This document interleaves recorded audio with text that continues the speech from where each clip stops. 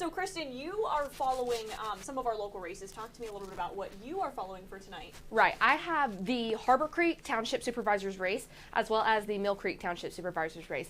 Both of them have been very close, very good races so far. So I've been talking with the candidates for Mill Creek Township.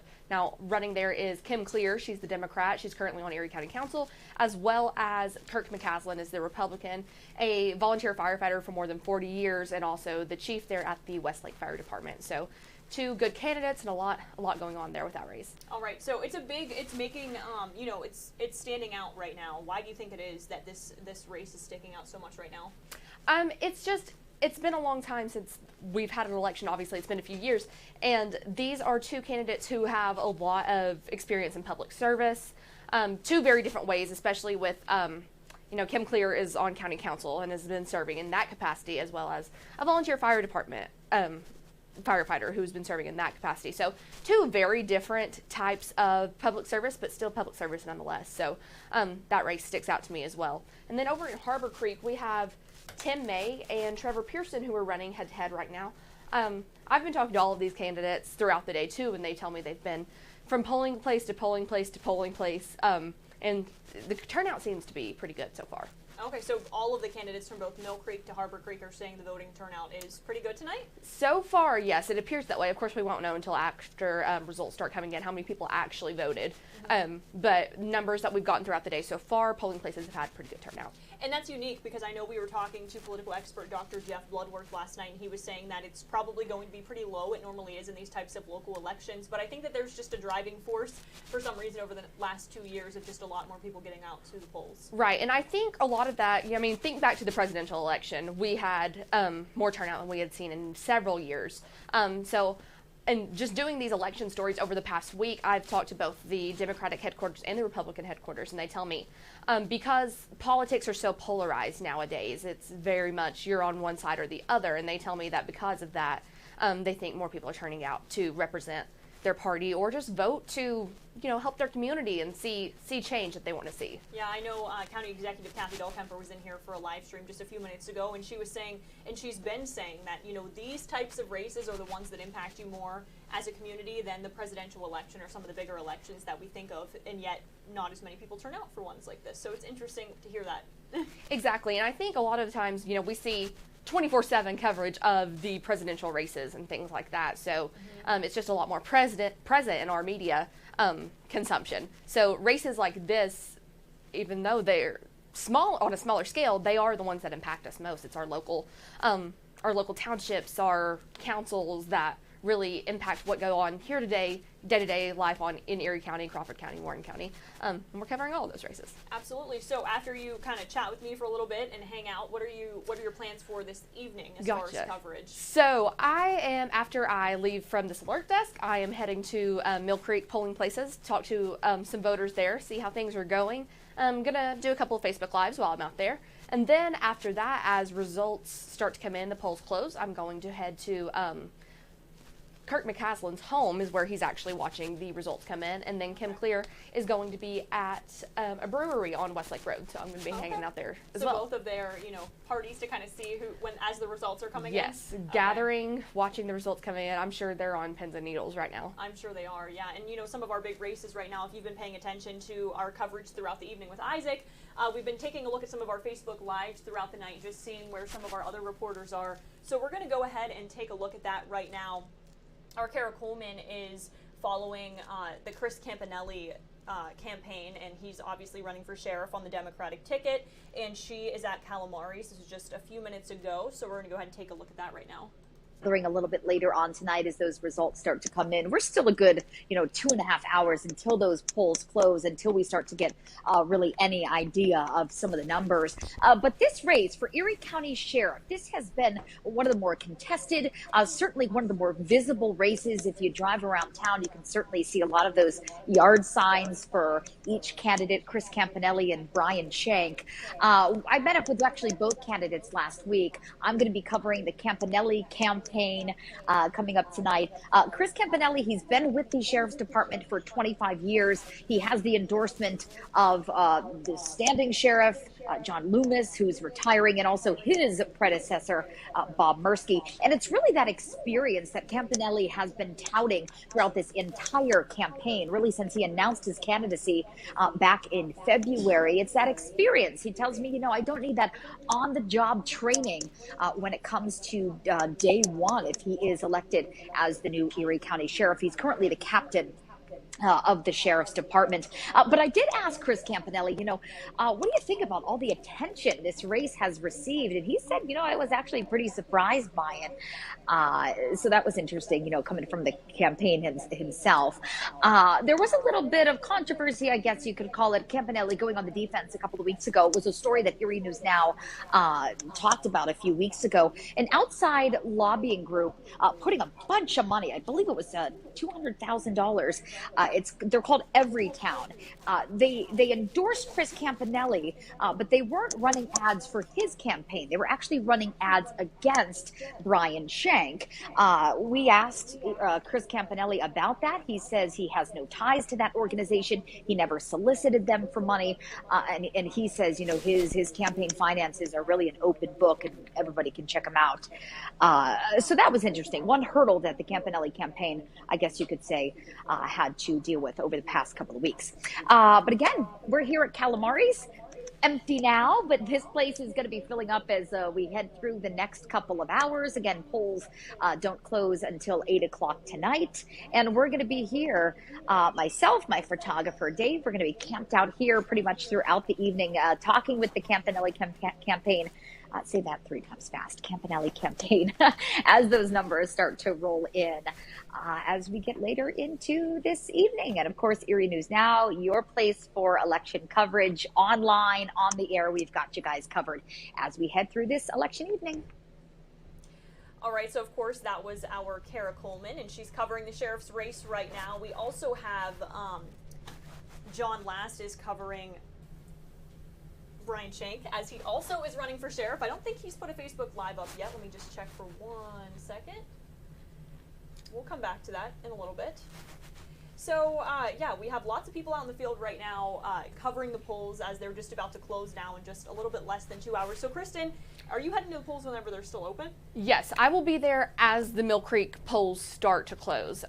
Very exciting time. I think, like Kara said, it's very odd a sheriff's race gets this much attention, especially from outside organizations like this one has. Yeah, and I know just, seeing the story a few weeks ago, these people came in, this lobbying group came in from DC, I think. I believe DC, yes. Yeah, so it was not a local, and I think a lot of the, same with the county executive race, is getting some of that national attention that you don't normally see. And of course, we know Erie County in this election, as well as last year in 2020, got so much attention nationally because with the presidential election, we were that bellwether. We were that, deciding factor between who gets, who wins the race. So, yeah, so that's what's going on right now. We'll take another look at Facebook here at some of our other Facebook Lives of our reporters in the field. We will take it now to, I think Isaac showed this a little bit earlier today, but we'll take it to Ethan Kibbe because he was live with Brenton Davis, who's running for county executive, which we just talked about. So we're going to go ahead and take that. Day, and by all indications, a very real chance at becoming the next county executive. Again, it's election day. Everybody has a chance. So how do you feel? I feel good. I feel like we didn't leave anything on the field. I've got a lot of hardworking volunteers, staff. I have absolutely no regrets. We had a methodical, diligent campaign. Everything for the most part went to plan. And it's in the voters' hands at this point, so I feel relaxed and I feel good. Even though, again, you figure you've done everything right, you look back through your campaign and you're happy with what you've done, is there still that pit in your stomach just of, oh my gosh, it's real now? No, I mean, to me, this has been 5 years in the making. Everything's been according to plan, I think when you work hard for something, it's kind of surreal that, hey, this day is finally here, a day you've waited for over 5 years of your life for, and it all culminates to one moment. It's humbling, and I truly believe that it's in the hands of voters of Erie County, and, I feel good about it. What is that like to come out here on Election Day in November in the snow? I'm blaming you for that. And to hear people tell you, I'm voting for you. Is that an odd experience? Yeah, it's a humbling experience, and to me it's a sobering experience to the point where people believe in you and people trust you. And to me, that's not something that you can take lightly. I mean, these are people's lives. This is generational change that's ahead of us. And you know, realistically, $534 million next year. The next county executive in the first term could allocate over $2 trillion. It's a big office with big shoes to fill, and we can't get this wrong. Let's talk about this. One final question for you here. You know, everybody runs for office thinking they know what they want to do, but what's the biggest lesson you've learned out on the campaign trail of, ooh, you know what, I didn't know that going in? I'd say the biggest lesson learned for me would have been from last time was economic development, but also I think the importance of collaboration, the importance of utilizing all the resources and assets and the human capital available. You know, we've got a lot of really intelligent, hardworking people across all parties and organizations in the public sector, the private sector, you know, civic organizations. And really it's going to take that synergy, that collective synergy, to really move the meter for Erie County. So, I mean, to me, that's going to be my focus with economic development, paired with developing that synergy and that collaboration. And I think that we're going to have a golden generation ahead of us. Only time will tell. It is election day, and we just got to wait for the votes to be cast. But again, Ethan Kibbe with Brenton Davis. We're in Harbor Creek, and we have people all over the area. Our team's spread out, covering every side of the county executive race, the sheriff race, township supervisors races, Meadville mayor's races. You name it, we're on it. Coverage you can count on here on Erie News Now, on air and online. So thanks for joining. As Ethan said, our team is spread out right now. So, Kristen, again, you were following some of our local township races. And just, you know, this election, a big election like we were kind of just talking about, why do you think that it's such a contested, you know, election?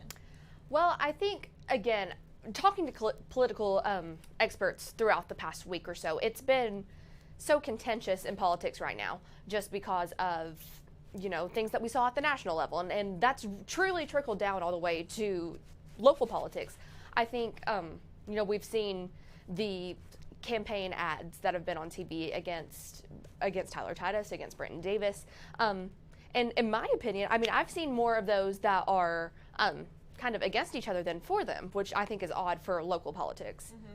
And I know we were just, that Ethan Kibbe just did a story last week following the county executive race, just how much money went into these campaigns, and it was a lot of money in general. $700,000, but yes. Especially for local races, like we said, like county executive. And I know even county executive Kathy Dahlkemper was just in here, and she was kind of, you know, mentioning some of the same things. It's just, she's glad she's not out there campaigning right now, and you can't blame her after everything that she's been through just in her time as county executive, but now she's kind of ready to pass the torch on to somebody else. Yeah, I can't imagine, you know, when you sign up for this position, you don't expect to be leading a county through a pandemic, and that's exactly what happened with Kathy. So I think in a way, these candidates are kind of prepared for that. They're ready to, they have a pandemic plan, and this American Rescue Plan money. There's so much more at stake, it seems like, this time around, with all of that federal relief money pouring into our county. Exactly, like when Kathy Dahlkemper decided she wanted to be county executive, when she ran, when she won, she obviously didn't see a global pandemic taking over in her, you know, amount of time that she was in office. So,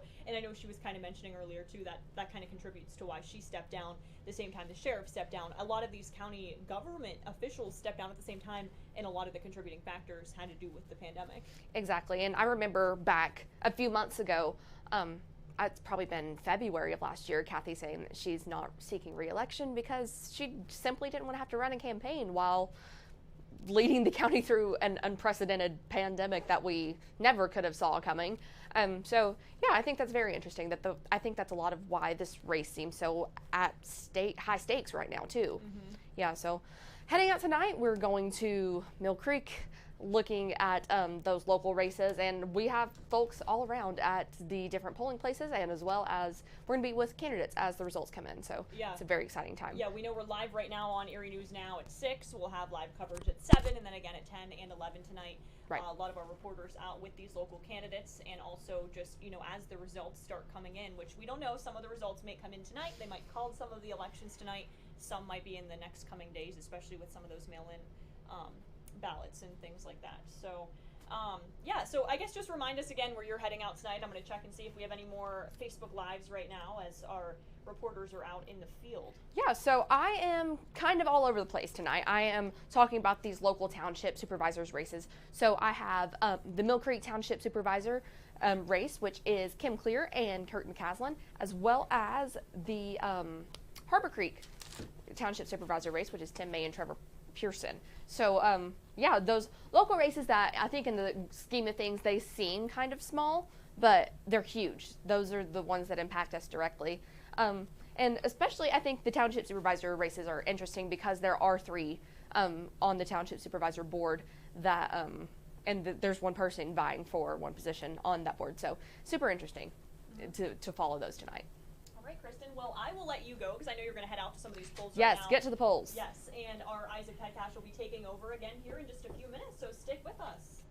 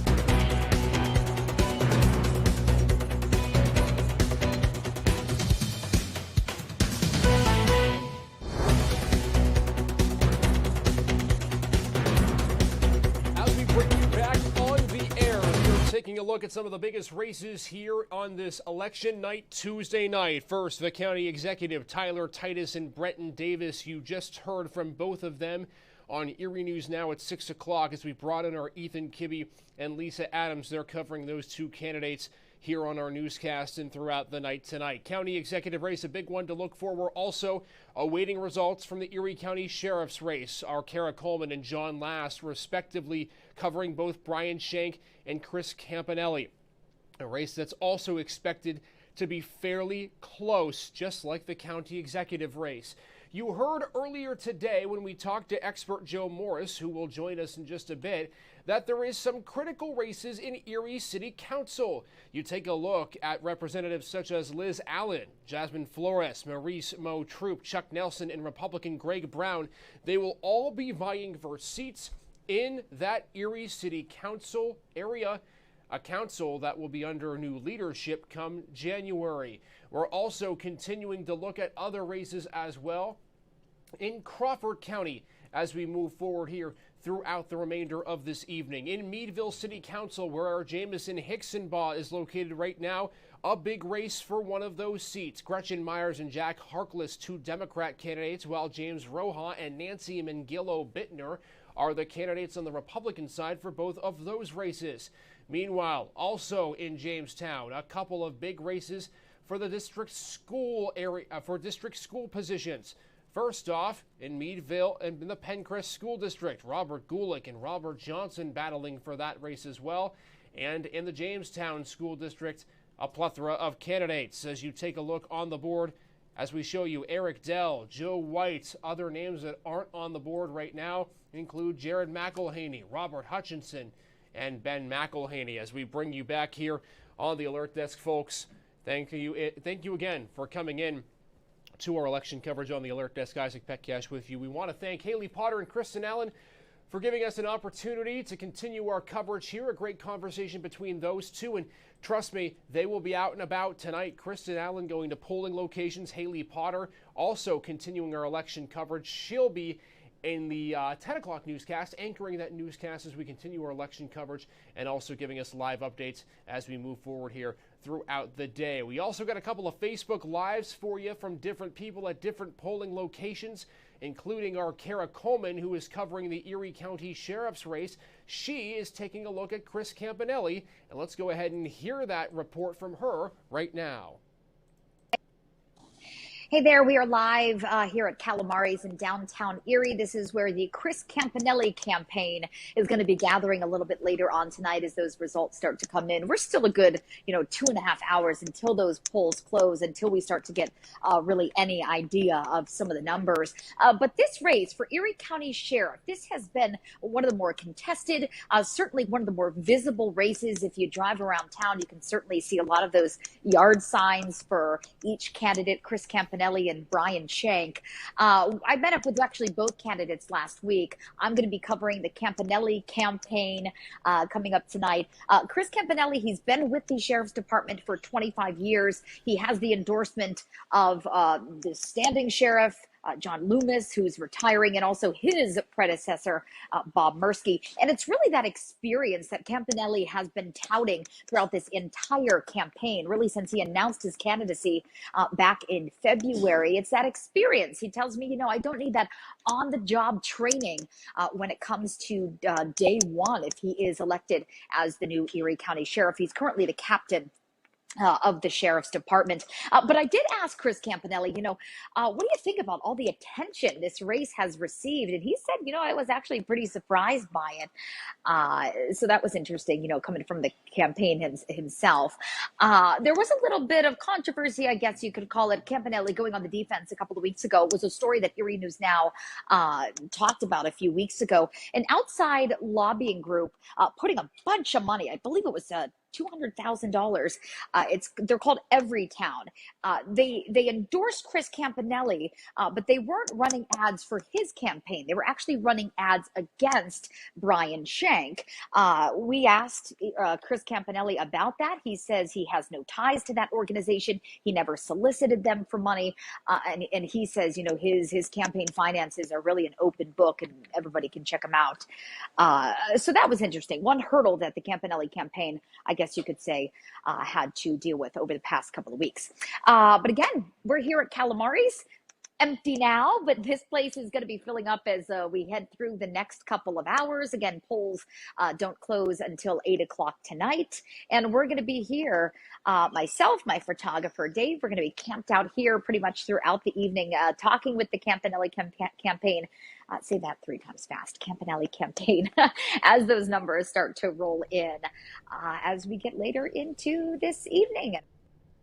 And that was our Kara Coleman reporting for Chris Campanelli as he and Brian Shank going at it in the Erie County Sheriff's race. There is a lot going on right now here as we look at the Mill Creek Mall Cam. A ton, and I mean a ton of races to look at as voting is still a couple of hours away from closing. I am getting in my ear that we're going to have a live hit here from our Lisa Adams, who will be talking with Tyler Titus on Facebook Live. We'll get out to that as soon as we find out that Facebook Live is happening. But as I'm scrolling on Facebook Live, now we want to get you out live to Isley Gooden, who's in Warren County looking at polling places as well. Hey, Isley. Phil Gilbert and David Wortman, and they're both optimistic and excited to see the results later today. And they're just really explaining that this election is very impactful and how they're excited to help this community in any way that they can.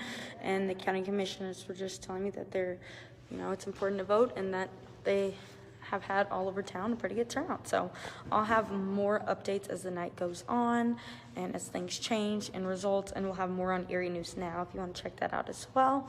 But here in Warren, it seems like people are really coming out to vote. So again, Isley Gooden, Erie News Now.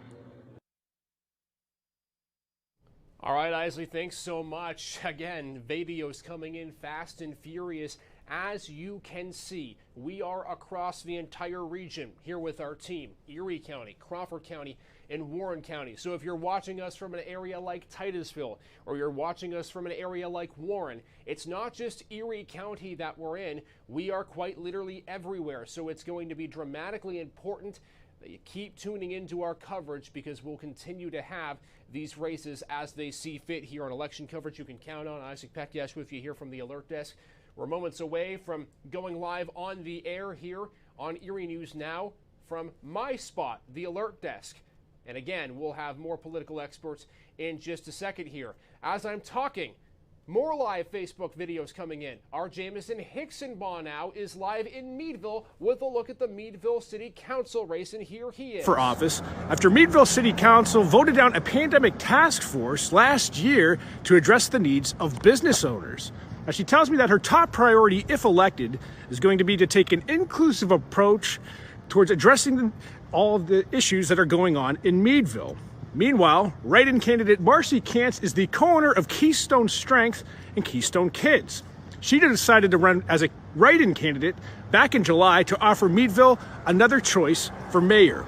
She tells me that her top priority will be to balance Meadville's budget while addressing and avoiding another deficit. So we still got about another hour and a half, and we're going to be following this. And coming up tonight, I'm going to be catching up with both candidates once the polls close, and we're going to hear from them more about their vision. And we thank Jamison for his work there, but we have to back out for just a second because we're about to have a live bump here as we're continuing here on the Alert Desk here on Erie News Now. A lot to get to as we move on here through this election coverage. So much to get to, including a bunch of big races, as Jamison was talking about. Now, I do want to make a mention to you. We'll get back to Jamison in just a second because it is important that we hear his Facebook Live. Lisa Adams is also live right now with Tyler Titus. That's how crazy things are at the current moment. So we're going to get you back out to live videos around the county as we speak right now. However, we do want to let you know when it comes to Meadville. The Meadville City Council and mayoral race, that is most likely not going to be decided tonight, according to Jamison Hixenbaugh. Jamison telling us earlier today that Meadville City Council saying they are counting votes fairly slowly. The vote is coming in slowly. Okay, Alex, that sounds good. Works for me. I will be right here. That sounds like a plan, Alex. Much appreciated. I got you right here as we're continuing both on Facebook Live and multitasking here on Erie News Now at 6. Again, the Meadville race is most likely not going to be called tonight because of slow vote counting and concern over the lack of speed of the vote here tonight. So, as we get reports from Meadville, as we get reports from Erie here, we're about ready to come on the air live for Erie News Now at 6 o'clock, so we'll have to be quiet for just a second. I'm going to show you the intricacies, the behind the scenes of how this alert desk works. There's so much that goes into it. It's not just me pressing buttons. There's a whole nother malarkey that has to be done to make this setup work. So give me one moment. We'll be ready for Erie News Now at 6 in just a second. I'll be on the air, both and online, and then we'll get back to our regularly scheduled alert desk live stream as we continue along here on Erie News Now. One moment.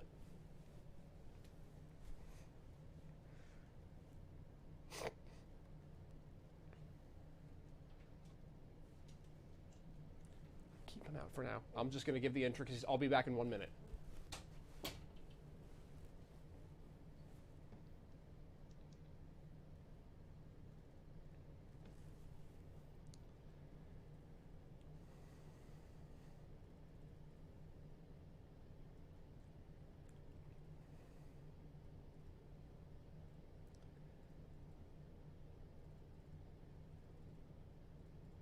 I'm Mike and Eva. Good evening. So much information, it's hard for me to even keep up with myself. Not only do we have live guests here, which we can use cameras like these to be able to bring in, whether it's Joe Morris from Mercyhurst University, Paul Wagner, who you just heard from, the county executive, and Jeff Bloodworth tonight. We're also taking a look in real time at live Facebook videos. I just played one from our Jamison Hicksonbaugh in Meadville. We also have ones from Lisa Adams and Ethan Kibbe in Erie County and other reporters as we move across the area. That's the power that we have here at the alert desk, the ability to take stuff in real time, real live results, and use it to our advantage. So as that comes in, as those live results come in, we'll have them to you in real time. So as we move forward, more coverage on air and online. Erie News Now will be back with more election coverage right after the break.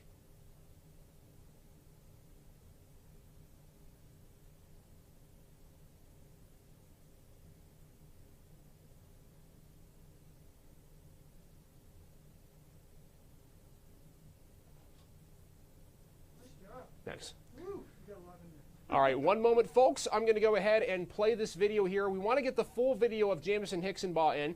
Then we're going to go to Lisa Adams, who's currently in Erie County covering Tyler Titus.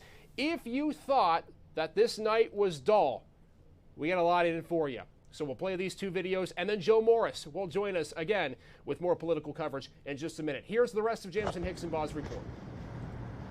Priority, if elected, is going to be to take an inclusive approach towards addressing all of the issues that are going on in Meadville. Meanwhile, write-in candidate Marcy Kantz is the co-owner of Keystone Strength and Keystone Kids. She decided to run as a write-in candidate back in July to offer Meadville another choice for mayor. She tells me that her top priority will be to balance Meadville's budget while addressing and avoiding another deficit. So we still got about another hour and a half, and we're going to be following this. And coming up tonight, I'm going to be catching up with both candidates once the polls close, and we're going to hear from them more about their vision for Meadville moving forward. And as for a result, I will tell you that they are not expected to have a winner announced tonight. Now, these people who are working the polls, and they are going to take several days to count all those write-in ballots, so it could be a little while before we actually see who wins. But we will hear from both candidates coming up tonight on Erie News Now at 10 and 11. Hope you join us then. All right, Jamison, that's Jamison Hicksonbaugh, who was in Crawford County and still is in Crawford County as we speak. You can see all of our live reporters out here on our video, and in real time, we're going to go now to Lisa Adams, who's speaking with Tyler Titus, the Democratic nominee for Erie County Executive. Let's hear from Lisa.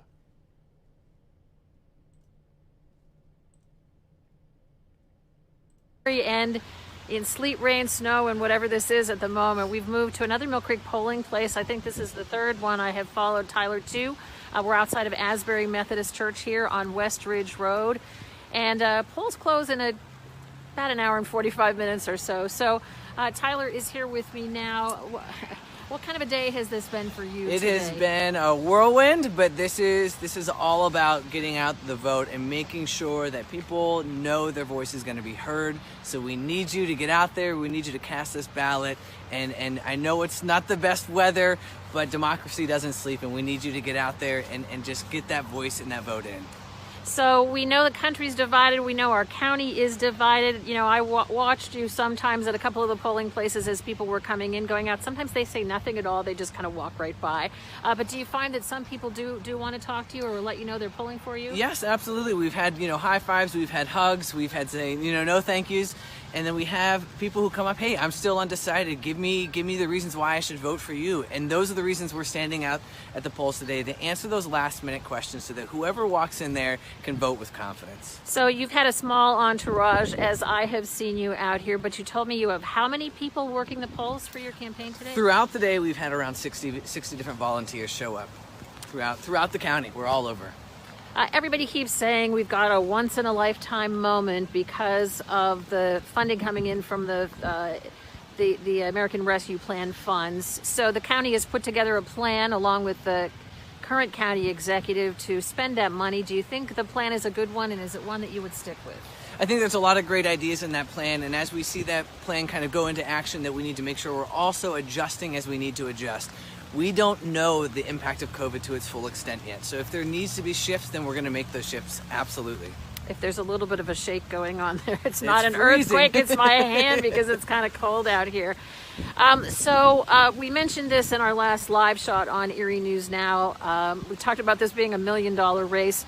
You didn't spend $1 million, but collectively between the two candidates, this is an expensive race. This is an expensive race. And it's been a little bit contentious, some attack ads on both sides. So are you sorry that it went that way? Did it have to go that way? I always want to stay focused on what we can do for the county and where we can go for the county, but sometimes people have to be held accountable, and it comes down to transparency, accountability, and making sure that voters can go out with all the knowledge that they need to cast their vote for the candidate that they know is going to represent them. Okay, so we expect this to be close. County executive races traditionally are here since Robbie Robinson was the first county executive, and I was working in news then, so that tells you how long I've been around.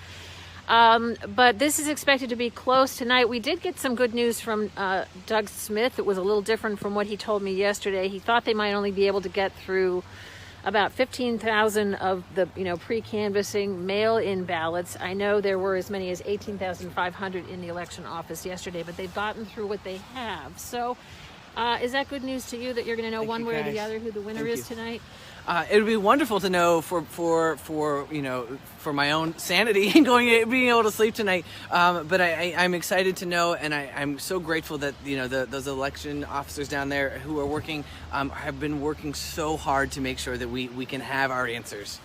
All right. Well, thanks for talking to us live and on Facebook Live here. I'll be with the Titus campaign as we go inside to get the returns when the polls close, and my photographer, instead of my hand, will be doing the video, so it won't be quite so shaky. But thanks again for talking to us, and we'll continue to follow this race on Erie News Now, bring you those returns. We do expect there to be a big clump, I guess I should say, of returns initially when the county releases the mail-in ballots that they've been counting all day or pre-canvassing all day, and then we'll continue to follow the rest of the returns as they come in from polling places all across Erie County.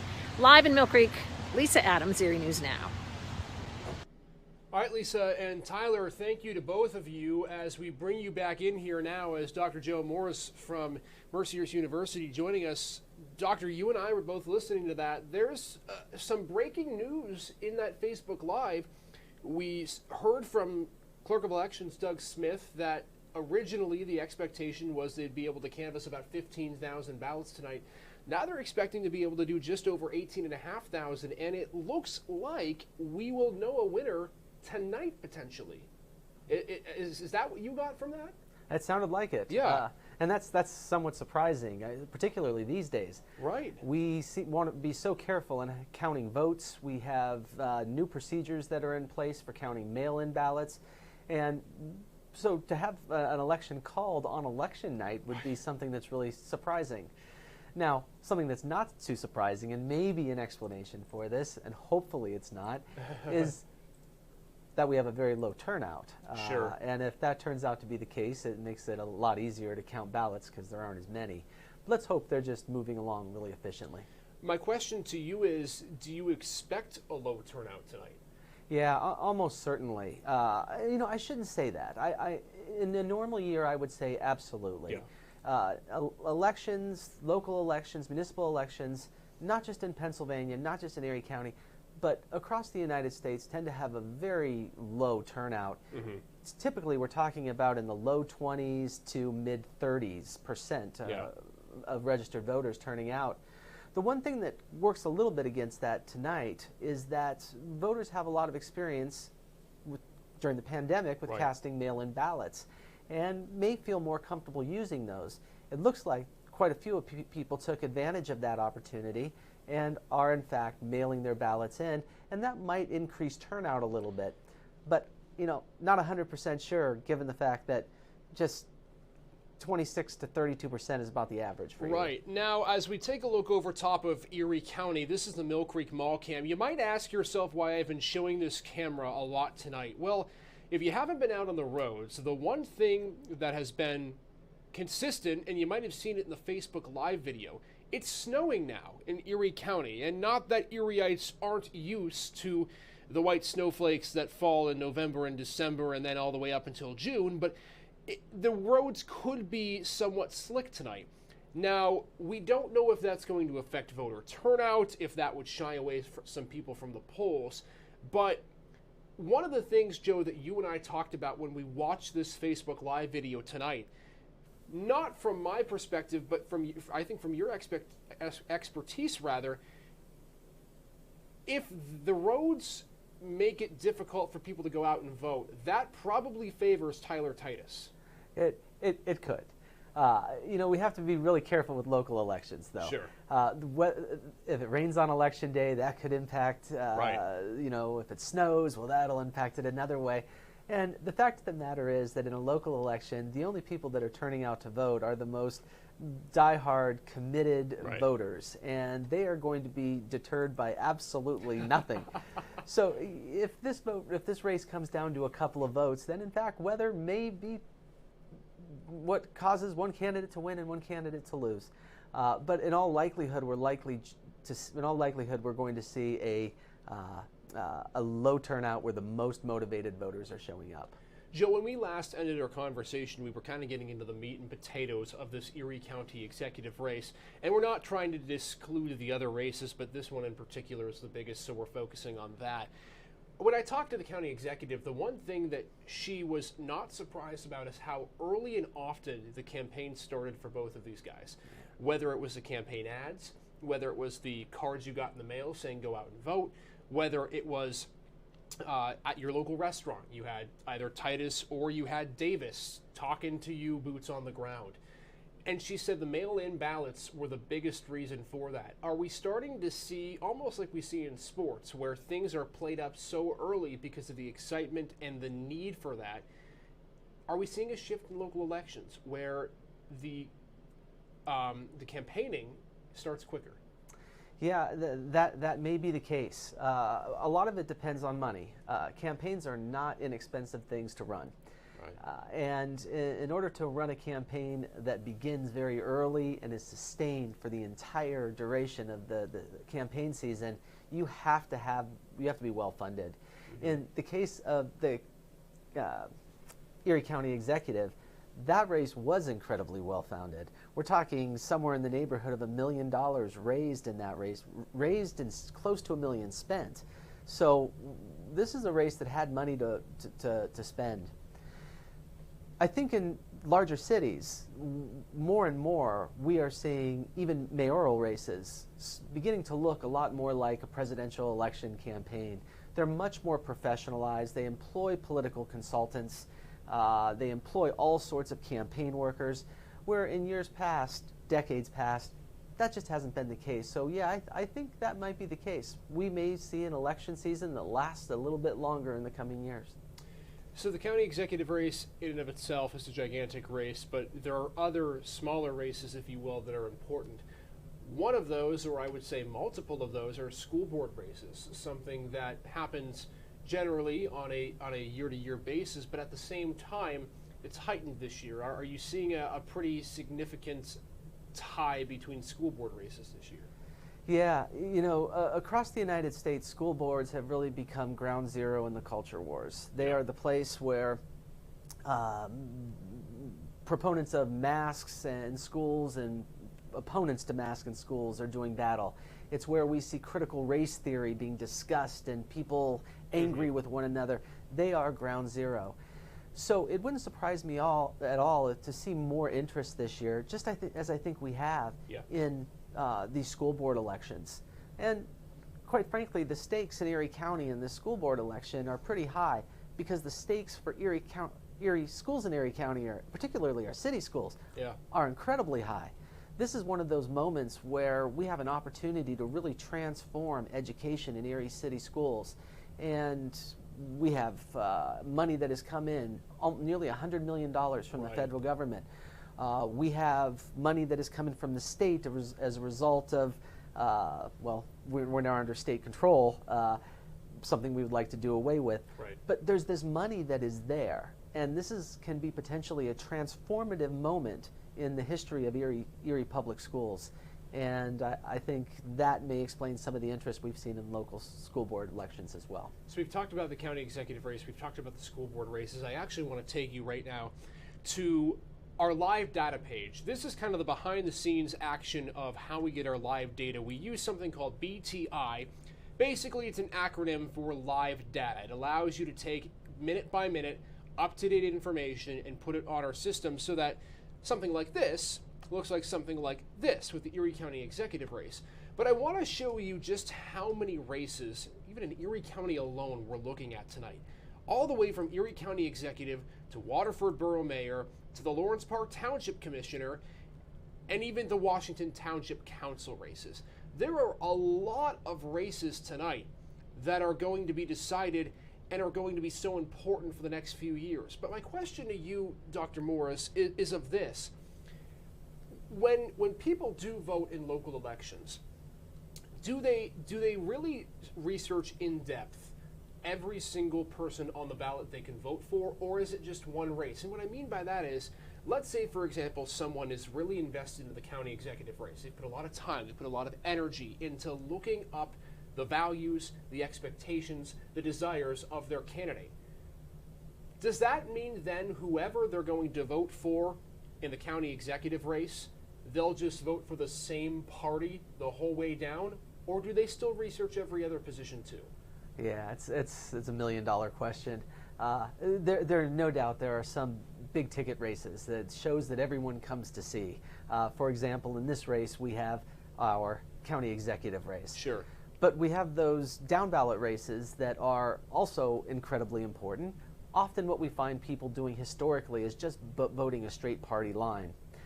Where if you're a Democrat and you vote for that Democratic county executive, then you're just going to vote Democratic all the way down the line. And they tend to be low information races. As good a job as you guys do and all of our local news media do, it's just something that not a lot of people have a lot of information about. Let's be honest, people have a pretty good idea of what the President of the United States does. But what does a school board member do? What is their job? People don't know this. And so it's tough to really become interested and gain that information.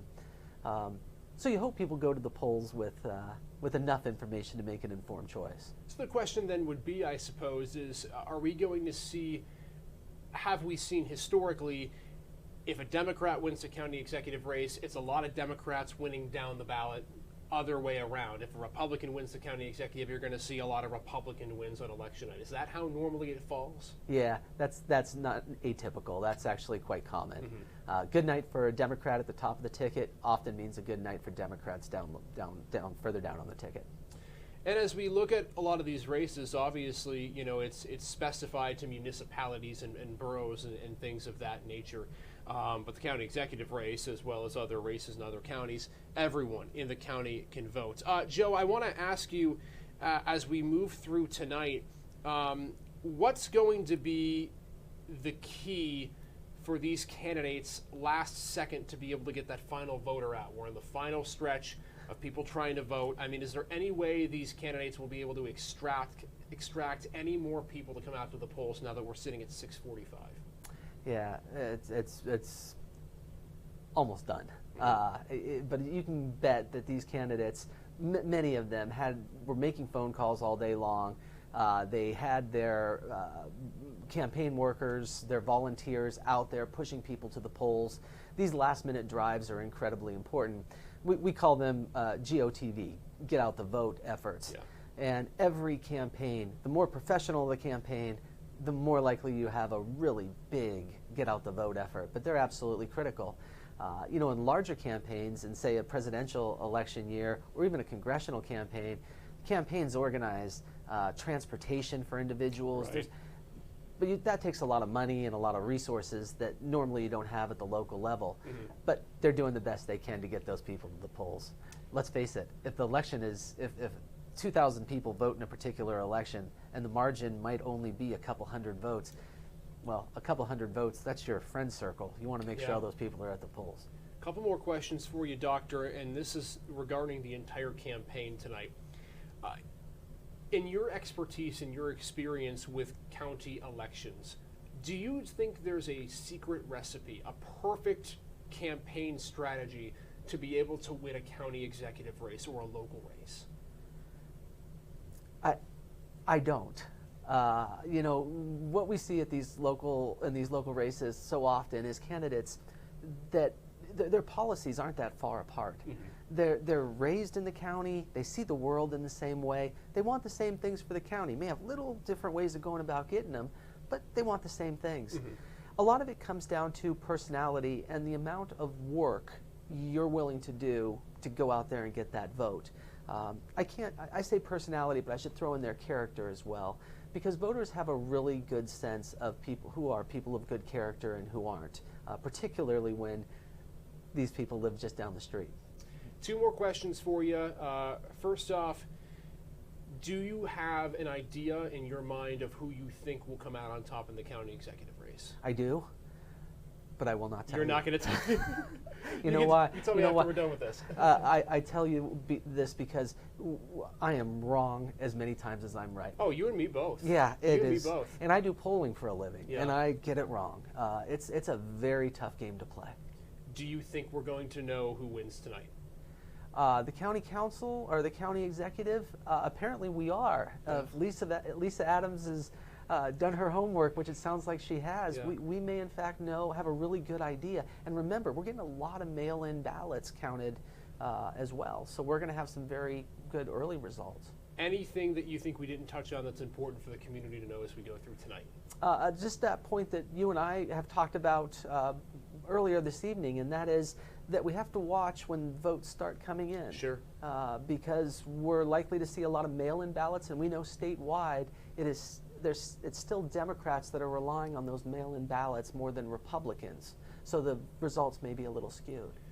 Dr. Morris, I can't appreciate your expertise enough. It makes lives like mine easier when I can talk to an expert about things like this, and I'm looking forward to the rest of the night. Should be exciting, but again, appreciate the fact that you're willing to come on and share some of your expertise with us. It's been a pleasure.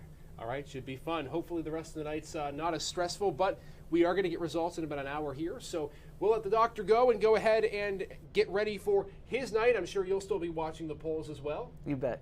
All right, Dr. Morris, thank you again from Mercyhurst University joining us here today as we take a look at the Erie County executive race. We'll leave it on this screen for just 1 minute and bring back in our Paul Wagner in just a second.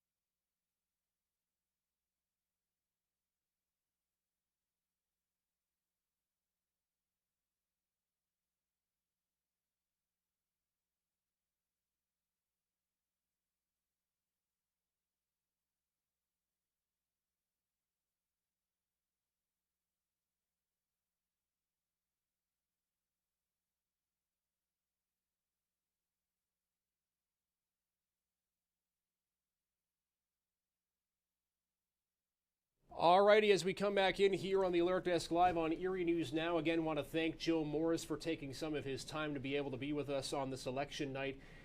For people like him, for people like the county executive, it's never easy. It's a busy day for everyone. You heard Joe talking about how he does polling, how he looks at this race in depth. For the county executive, she was actually making some calls today as well, getting boots on the ground, getting ready and wanting people to get out to vote. As we bring back in our Paul Wagner, as he's been watching this race intently, closely. You are part of the team, even though you are retired, and I know you can't stay away from things like this, especially on election night, such a big heightened evening. But I want to ask you, Paul, we were just talking before we got on the air, and I was talking to the doctor about this as well. We heard from Lisa Adams just a few minutes ago on Facebook that Clerk of Elections Doug Smith originally had told her yesterday that about 15,000 of those mail-in ballots were expected to be canvassed and read tonight. But now that number seems to be around 18,500, and the Clerk of Elections seems to think we could get a result tonight. Your thoughts on that? I mean, that's a bit of a surprise. It's a surprise, but I think they have a better process in place. The people have done it before, you know, now that they've been through the paper ballots last fall and again in May. And that's certainly good news. I mean, whether you're winning or losing, nobody wants to wait until tomorrow and go to bed at night wondering if you won or lost. All the supporters, all the people at these events tonight, and the citizens of Erie County want to know. So if we can get those votes counted tonight, that's certainly great news. Can you take us, Paul, through the process? I don't know if you've actually been a ballot counter yourself, but I'm sure you've been at polling places and the Erie County Board of Elections multiple times. Take us through that process of what it takes to count the ballots, to open them, and really how long it actually takes to be able to get those counted. Well, I've been around so long, Isaac, that I mean, when I first started, there were no cell phones. It's a little different. Yeah, the machines, you physically had to open up the machines and come into, so it's a whole different process now. But they get these paper ballots in advance and put those in order of each of the 150 some polling places, and then pre-canvass it, they call it, and get everything ready. Then they count them all day today and stop at 7 o'clock because they have to get ready for the votes that are coming in. So they have those numbers, and from what you said, the clerk says that they'll have even more of those numbers ready before then. And then it's always chaotic at the courthouse around between 8:30 and 9:30, all of those judges of elections from around the county, from Albion and Northeast and Edinboro and Erie, all come into the courthouse, and then they have to put those numbers in the computer, check all the computers, double check it, and get those numbers out. But it's very chaotic as you get people coming in from all over the county, and some nights like tonight, maybe you have inclement weather. I've been there when they've waited 2 hours for Corey to come in because there was a snowstorm, or Albion. So it's always kind of chaotic, but I think the whole dynamic has changed because of the paper ballots. And in those boroughs and townships, the ballots have to be driven over by an official of those townships or boroughs. So again, it's a very simplistic process, but also a very convoluted process because there's so many boroughs and townships that have to send over those ballots. Right. It takes time. It does take time. Can you give me an idea of the longest election you were ever a part of locally? How long one specific election took?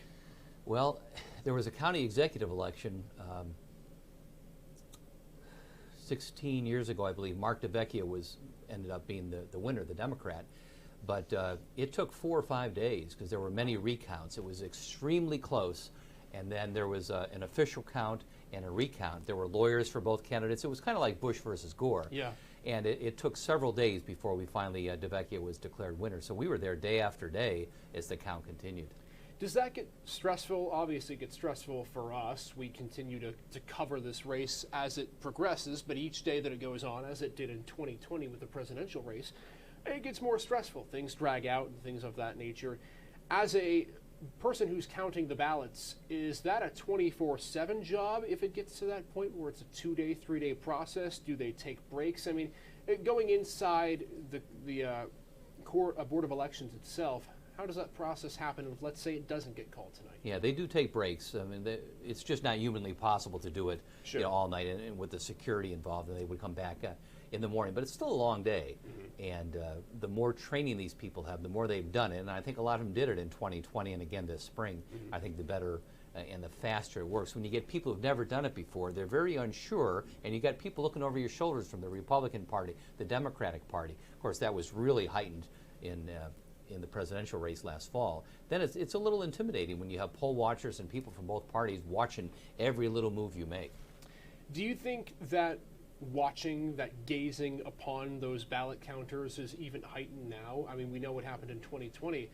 It seems as if every part of the process of counting ballots is even more scrutinized than it was just 365 days ago. Right.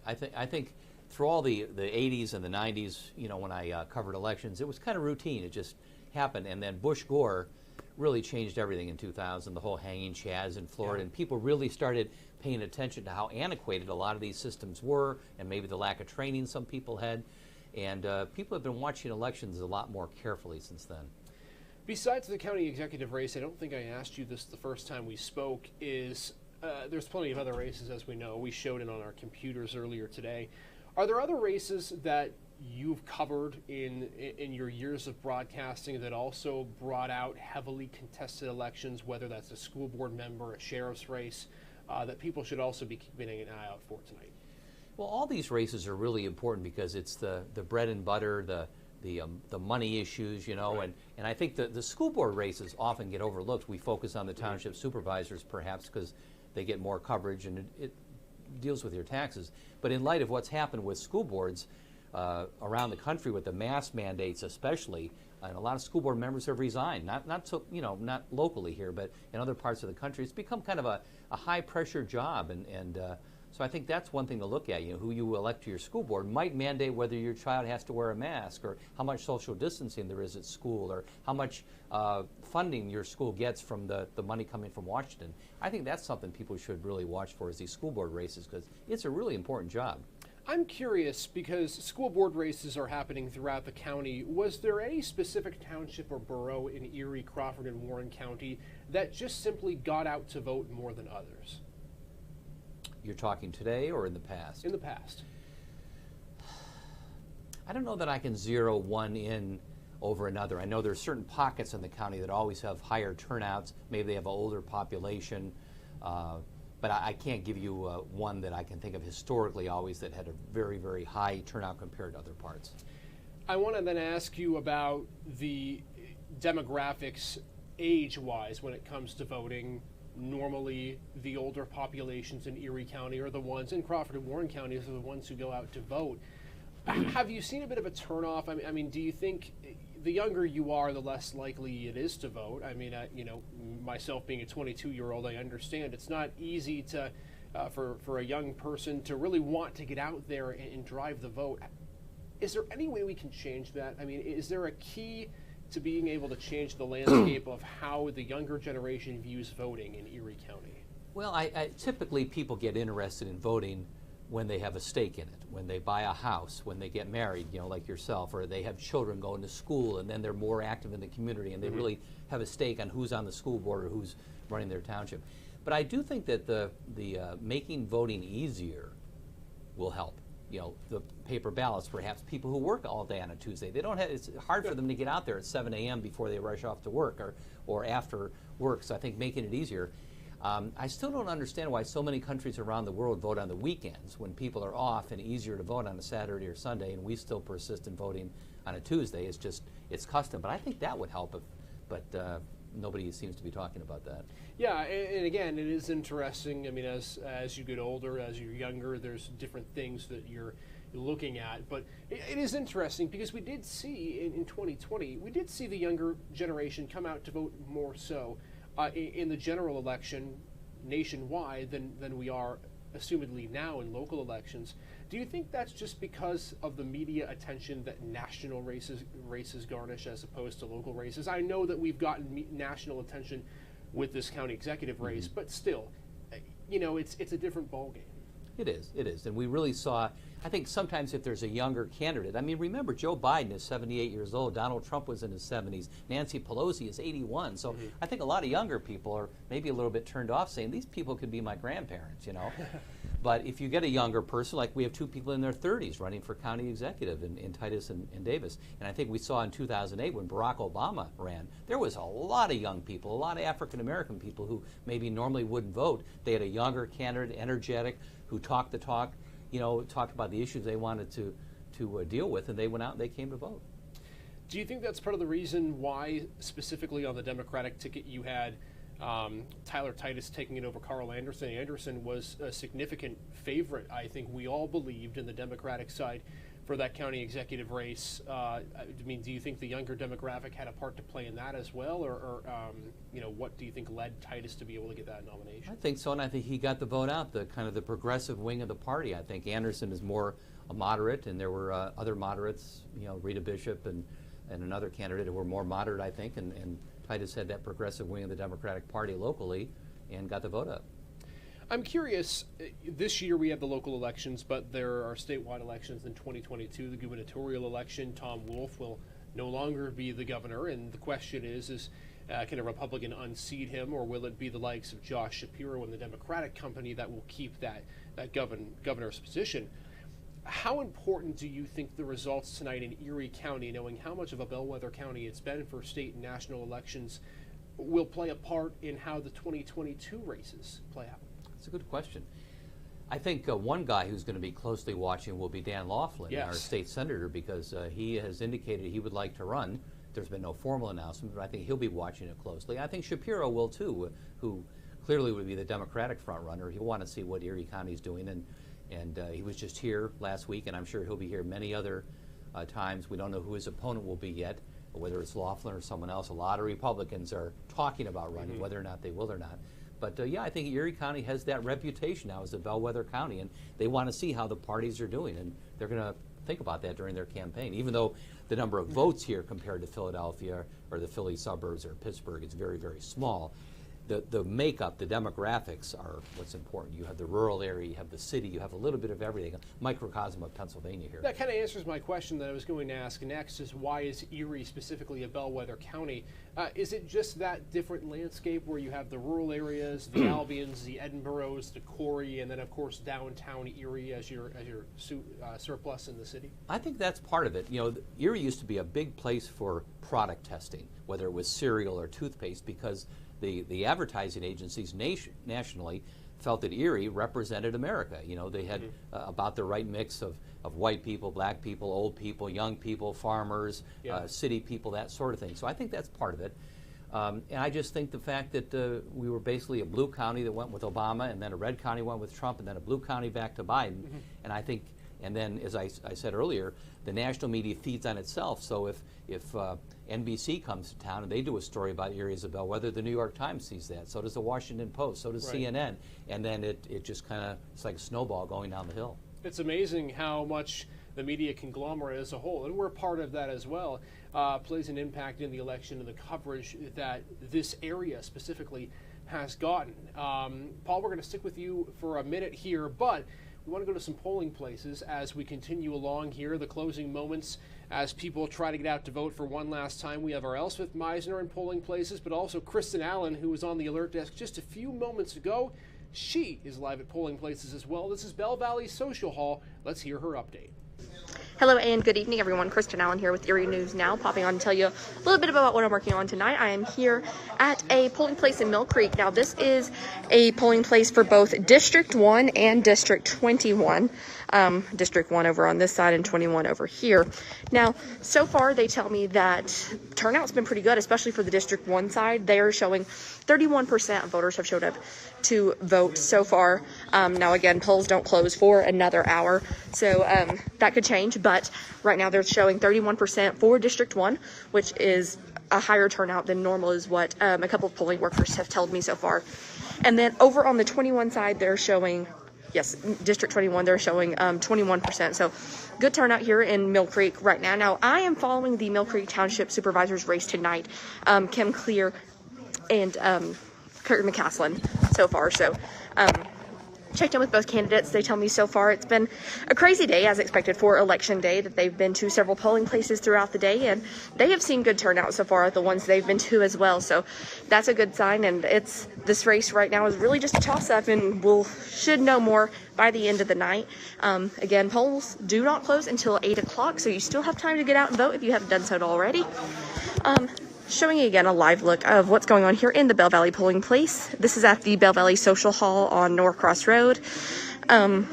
Showing good numbers so far. Again, 31% for District 1 of Mill Creek, and then 21% for District 21. So smaller turnouts, of course, but so good, so far so good. So stay with us here on Erie News Now, online and on air, for your latest election updates, and we will see you on air at 11 o'clock tonight. All right, thank you, Kristen. You heard the statistics that she gave. 31% in District 1, 21% in District 2, Paul, kind of in line with what you're used to seeing. Yeah, around 30%. I thought maybe 35% if we were lucky. In Mill Creek, it should be a little bit higher. They have a contested supervisor's race and a school board race. But that's unfortunately about in line. We'd love to see 70, 80%, right, but I think it's about normal. Paul, as we wrap up here with you, as you look at this race tonight, you don't have to predict it. If you want to give me your thoughts, I will take them. How do you see this race shaking out tonight for the county executive? I won't give you my prediction because I never do. If I did, I would be wrong. Same with juries. I never try, in all the trials I've covered, decide what the jury is going to do. You put 12 people in a box and you don't know. Same way with voters. But I think it'll be close. That's all I can say. I think you'll see Davis do really, really well south of Interstate 90. I mean, he should win handily in Edinburgh, in Northeast, in Girard, and Albion, and all those areas. And Titus should do very well in the city. So I think the race will come down to the suburbs, as it usually does. Mill Creek, Harbor Creek, Summit, Fairview, Lawrence Park, the suburbs surrounding Erie, because sometimes they vote Democratic, sometimes they vote Republican. The city, Titus should win the city handily. Davis will win big in Erie County. I think whoever wins those suburbs is our next county executive. It's amazing how the different landscape of Erie County makes it a bellwether county, because there's no knowing who's going to win. I mean, I think, what would you say, 60 to 70% of the races that you covered were also close? Oh, yes. Maybe more. Maybe more? Maybe more, yeah. Hard to believe. Paul, we're looking forward to the rest of the evening. And again, we thank you much for your expertise in this, and looking forward to seeing what happens tonight. And tell you what, after 81 races, you think you know it all, but years like this year, after the pandemic, things change, don't they? They change, yeah. The pandemic has changed everything. Paul Wagner, appreciate it, sir.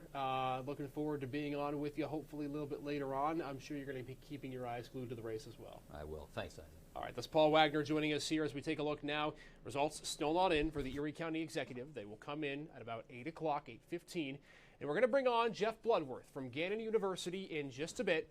We'll take a short break, and when we come back, Jeff Bloodworth from Gannon University joining us as we get ready for more coverage. Our prime time